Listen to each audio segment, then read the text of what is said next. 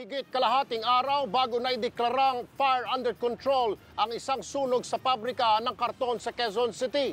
Dahil sa tindi ng apoy, naperwisyo ang mga residente sa nagkalat na abo at usok. Umaaksyon si Jeff Caparas. Mag-aalas 9 kagabi nang sumiklab ang sunog sa pabrika ng Boxboard Containers Corporation, pagawaan ng karton sa barangay Bagong Bayan, Quezon City. Biglaan lang po yung pangyayari kasi hindi namin ma-identify kung ano talaga yung inumpisahan ng sunog.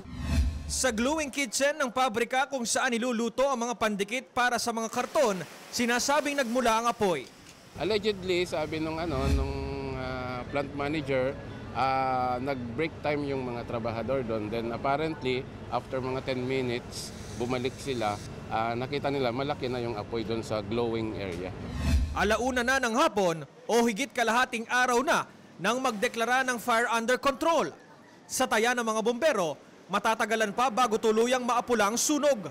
Papel kasi madaling lumiyab at saka syempre mahirap ding patayin gawa ng deep-seated. Meron tayong identified na dalawang hydrant dito, pero syempre yung flow kasi ngayon medyo restricted siya, so on and off yung operation natin. Hindi naman nakitaan ang paglabag sa fire code ang pamunuan ng pabrika, pero posible pa rin silang managot sa mga naperwisyong residente dahil sa nagkalat na usok at abo mula sa mga nasunog na papel at karton.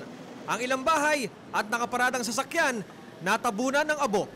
Opo, kung halimbawa pong nakarisk na po yung health ng baby namin, for sure po mag-aano na lang po kami. Magko-complain po kami dun sa mga damages. Kung sa usapin ng reklamo, may reklamo kami.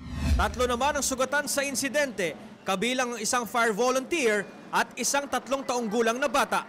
Inaalam pa ang mitsa ng sunog. Umaaksyon, Jeff Caparas, News 5. Be sure to come back. News 5 everywhere. Copyright 2015.